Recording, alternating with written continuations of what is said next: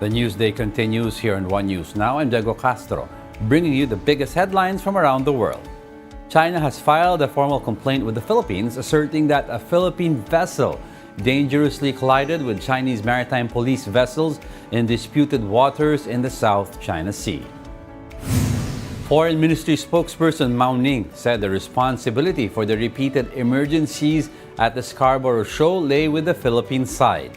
She added that the Philippine vessel, despite warnings, intruded into the lagoon of Renai Reef or Second Thomas Shoal, colliding with the Chinese vessel.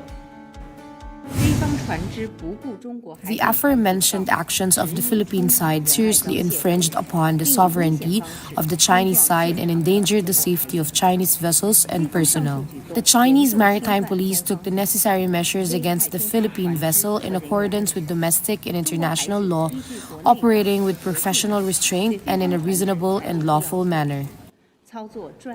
Following these incidents, China has urged the Philippines to cease violations and provocations. Mao Ning added that China will continue to take the necessary measures in accordance with its domestic law and international law.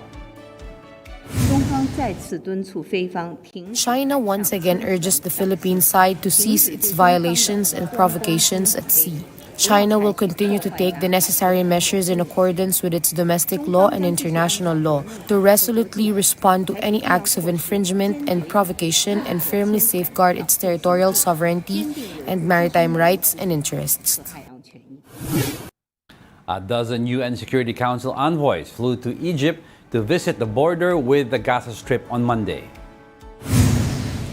This comes just days after Secretary General Antonio Guterres warned that thousands of people in the besieged Palestinian enclave were simply starving.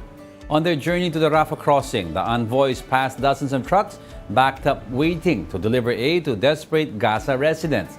Philippe Lazzarini, chief of UN Palestinian Refugee Agency, described an implosion of civil order where Gazans who have not eaten for days were looting aid distribution centers and stopping trucks on roads as they tried to secure supplies for their families.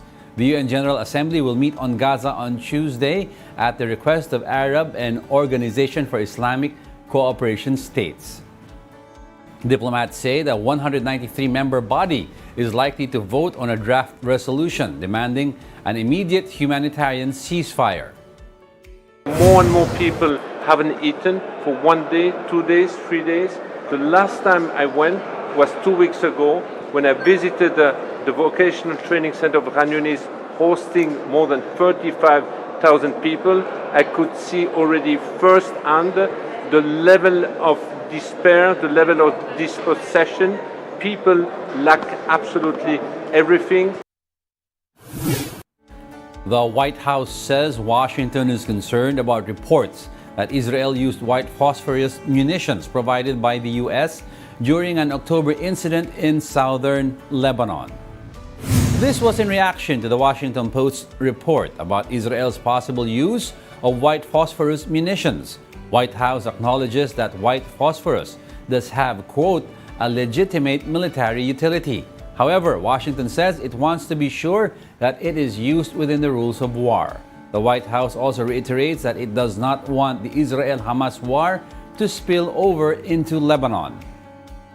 I do think it's important to remind that white phosphorus does have a legitimate military utility in terms of illumination and producing smoke to conceal movements. Anytime that we provide items like white phosphorus to another military, it is with the full expectation that it'll be used in keeping with those legitimate purposes and in keeping with the law of armed conflict. We'll be back with more stories after the break. Keep it here on the One News.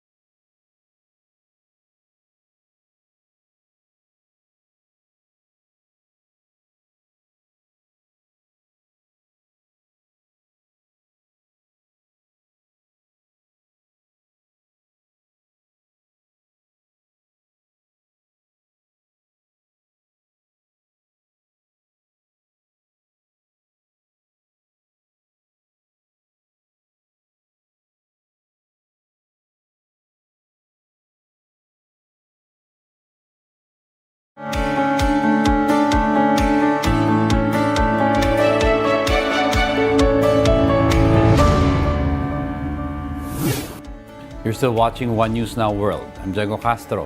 The U.S. Special Counsel prosecuting Donald Trump asked the Supreme Court to weigh in on whether he cannot be prosecuted for federal crimes committed while in office.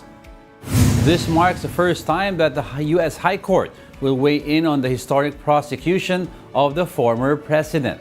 Trump earlier appealed a decision by a U.S. district judge who rejected the former president's bid to dismiss the case. Special Counsel Jack Smith requested the High Court to review the district judge's ruling to find if Trump does have immunity from the election subversion prosecution.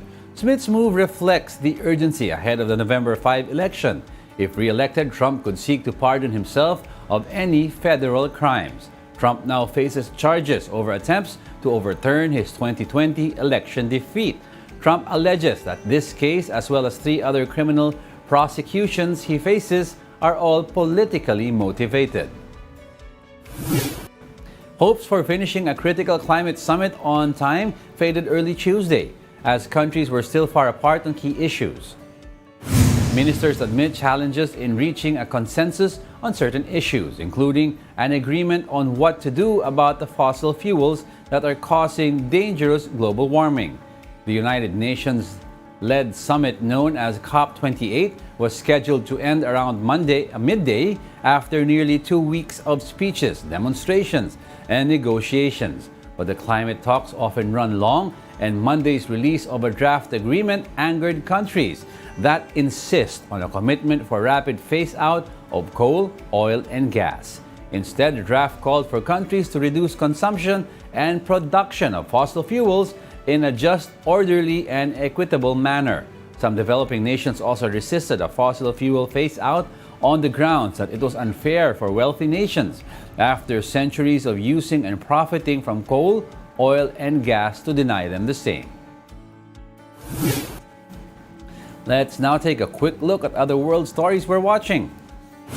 European Union leaders will meet for a summit in Brussels later this week to decide on proposals to grant 50 billion euros of economic support to Kyiv, as well as assign a further 20 billion euros to Ukraine's military and launch accession talks. However, Hungary has threatened to veto the aid and enlargement talks at the December 14 to 15 summit. Voter turnout plunged below 30% in Hong Kong's first district council elections, setting a record low since the former British colony returned to Chinese rule in 1997. New electoral rules in the city require candidates to obtain endorsements from at least 9 members of government-appointed committees dominated by Beijing loyalists. This makes it nearly impossible for pro-democracy candidates to run in Hong Kong. And Greta Gerwig's Barbie dominated the Golden Globe Awards nominations with 9 nods for the blockbuster film.